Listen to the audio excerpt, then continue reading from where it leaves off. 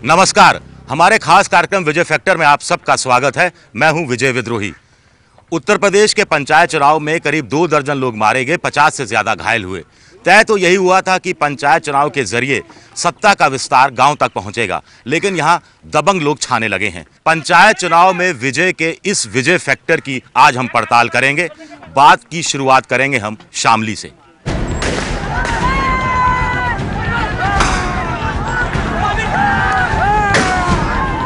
उत्तर प्रदेश में शामली जिले के कैराना ब्लॉक प्रमुख का चुनाव समाजवादी पार्टी की नफीसा ने जीता तो उनके समर्थकों में हर्ष की लहर फैल गई। इसका सबूत है ये हर्ष फायरिंग।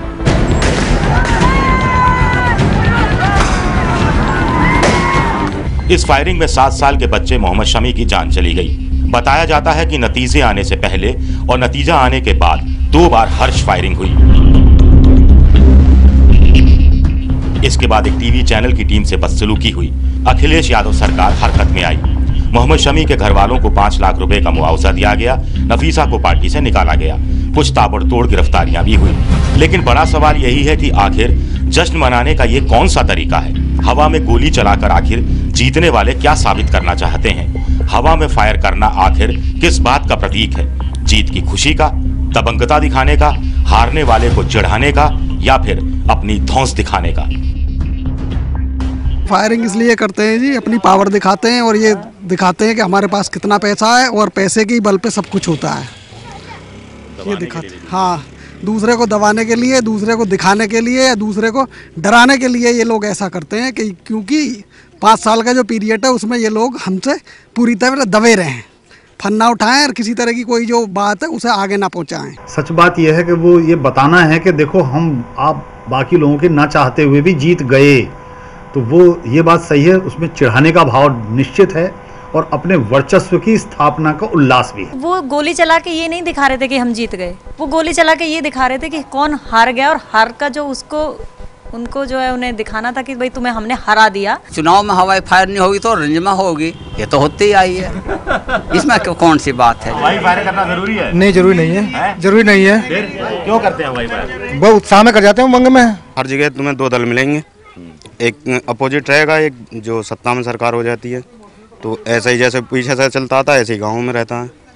तो एक दबाएगा, एक उछालेगा, यही चलता है। आपको अपनी जीत का जश्न भी मनाना है तो उसके बहुत से तरीके हैं। कोई बंदूक चला के अगर आप ये समझते हैं कि आपने बहुत कुछ कर दिया, ये उस समय की बातें हैं जब समाज के गरीब तबके को प्रभावित करने के लिए, ताकि आगे भी ये उनके असर में रहें, दबके रहें, तो ये तरीके थे। इन बातों को सुनकर तो यही लगता है कि हर्ष फायरिंग अपनी दबंगता दिखाने के लिए होती है। राजीव गांधी जब देश के प्रधानमंत्री थे तब 73वां संविधान संशोधन लाया गया था। इसके तहत पंचायतों को ज्यादा अधिकार दिए गए। इरादा तो यही था कि गांव देहात तक सत्ता का विस्तार हो, लेकिन दबंग पंचायतों पर भी हावी हो गए। हमने मेरठ के चरण सिंह विश्वविद्यालय में ग्रामीण परिवेश से आए छात्र छात्राओं से बात की तो उनका भी यही मानना था। ये खुशी मनाने का कोई तरीका नहीं है, ये दबंगाई दिखाने का तरीका है। खुशी मनाई जाती है, वो गोलियों से नहीं मनाई जाती है। हर्ष फायरिंग करना बिल्कुल गलत है। मैं मानता हूँ कि खुशी जाहिर करनी चाहिए, लेकिन गोले और बम पटाखे वैसे वगैरह वगैरह दिवाली वाले पटाखे बहुत आते हैं, ढोल नगाड़ों से हर्ष उल्लास मनाया जा सकता है। अगर आपको खुशियाँ मनानी है तो खुशियाँ मना सकते हैं। मिठाई है, लड्डू है, आप एक दूसरे का मुंह मीठा कीजिए, आप फूलों से कीजिए, माला पहनाइए, ये ठीक है। लेकिन ये कहाँ की अच्छी बात है कि अगर गोली फायरिंग कर दी, कहीं कर दी, उस बच्चे को लग गई और उसकी बच्चे को जान चली गई, इस बात का जिम्मेदार कौन होगा? गोली चलाना इस बात का भी प्रतीक है कि अब हमारा अगले 5 सालों तक पंचायत पर कब्जा है। इसमें आर्थिक संसाधनों पर कब्जा भी शामिल है। आजकल छोटी से छोटी ग्राम सभा तक को ही 5 साल में 20 लाख रुपए विकास कार्यों के लिए मिल जाते हैं। बड़ी ग्राम सभा में तो ये रकम 50 लाख रुपए से 1 करोड़ से भी ज्यादा तक होती है। मनरेगा से लेकर कई अन्य विकास के काम अब पंचायतों के जरिए ही करवाए जा रहे हैं, यानी भ्रष्टाचार की गुंजाइश बनी रहती है। राजनीति में चुनाव से संबंधित विकृतियां थी, वो गांवों तक पहुंचा दी गई। इसलिए सत्ता का विकेंद्रीकरण नहीं हुआ, राजनीति का विकेंद्रीकरण हुआ है। और वहां पहुंच के लोगों ने मान लिया कि सत्ता का अर्थ है आर्थिक तंत्र पर नियंत्रण हो जाना। उनके साथ अच्छे जो बदमाश होते हैं वो साथ होते हैं बड़ी राजनीति के साथ।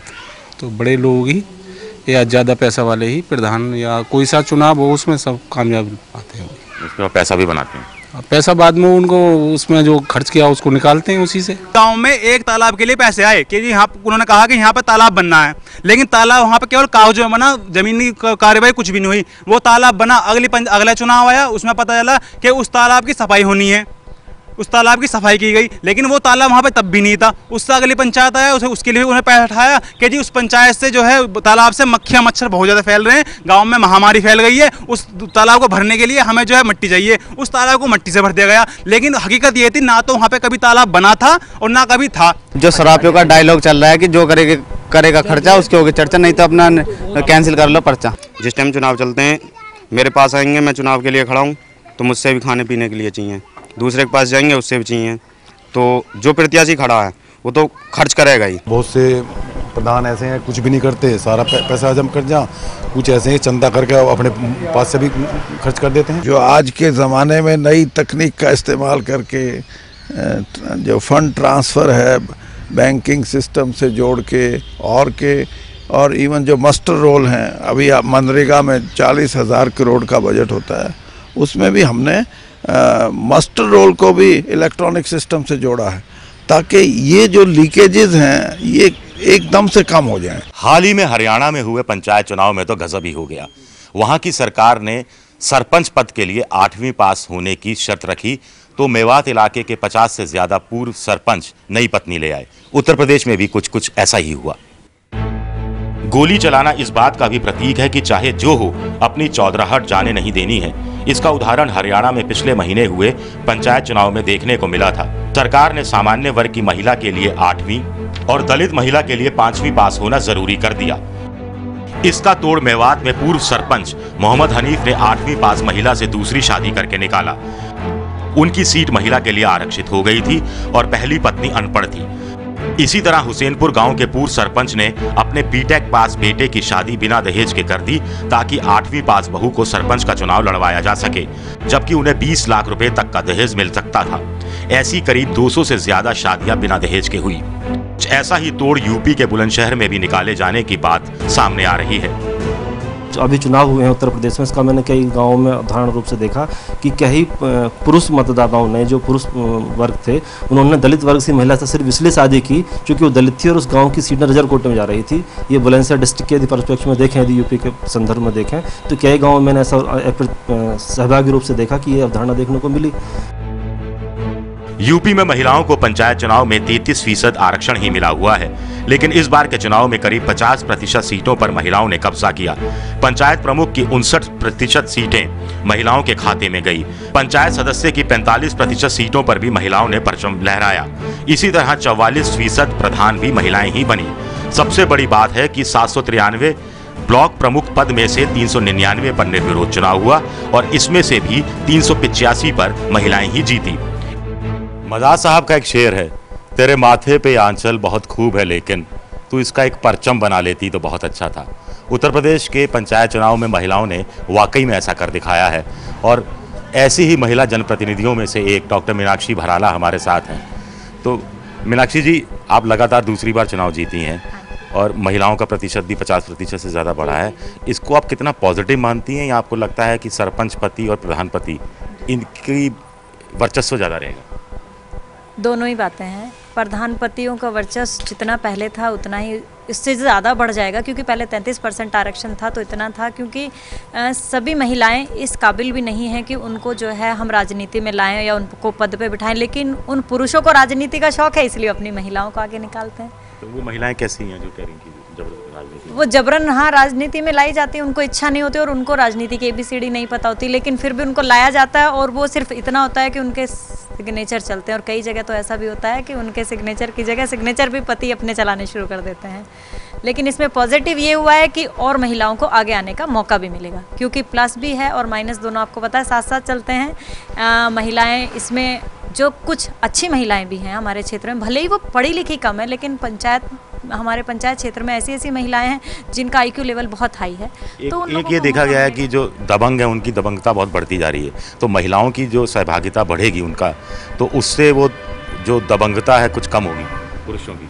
पुरुषों की दबंगता कम तो नहीं कह सकते इसमें, क्योंकि मैंने भी देखा है कि जो दबंग है वो अपनी महिलाओं को आगे करते हैं, लेकिन फिर वही बात है कि उन्होंने खुद ही उसको राजनीति को करना होता है। लेकिन ज़्यादा महिलाएं आएंगी तो उनके पास भी वही है कि महिला एक एक ही है घर में, तो उनको लड़ाने का दूसरों को मौका मिलेगा और दबंगई शायद कहीं ना कहीं थोड़ी कम होगी, ज़्यादा कम तो नहीं होगी। हमारे खास कार्यक्रम विजय फैक्टर में आप सबका एक बार फिर स्वागत है। मोदी सरकार का इरादा देश भर में महिलाओं को पंचायत चुनाव में 50% आरक्षण देने का है।